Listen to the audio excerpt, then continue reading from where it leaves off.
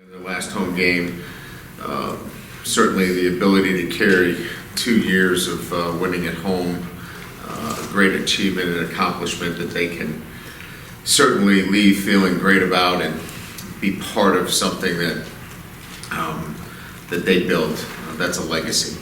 Those are hard to build here at Notre Dame, and then they can feel great about that. Winning the football game allows them to certainly move on and focus on this game. A game that obviously we have not won at Stanford in quite some time.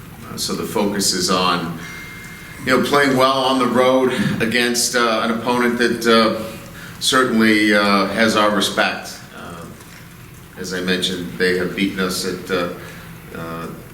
Stanford Stadium and certainly have beaten us here. So our guys will have to play well. They're very talented on offense, outstanding receiving core.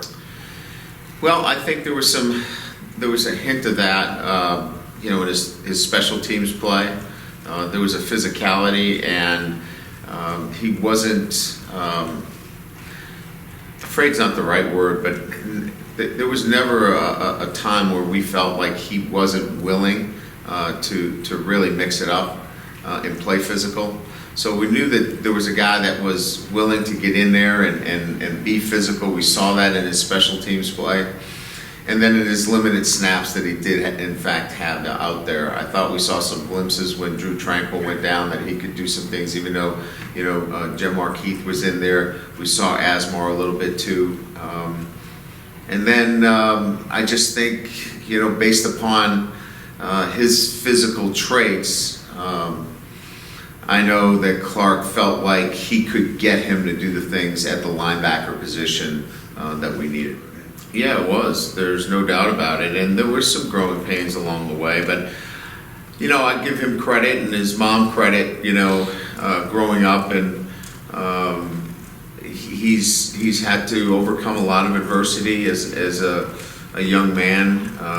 And I think that, he's a strong young man in the sense that the adversity that he's had here, I think he's been able to fight through those things because of what he's had to experience growing up as well. So he's, look, we all have our stories, I think Chase's story will be one where he got knocked down a couple times and he got back up and he kept fighting. I'd say that's a pretty high bar, to win 10 out of 12 games each year, given the kind of schedule that we play. I think that's, if you had that stock, you'd probably be pretty happy.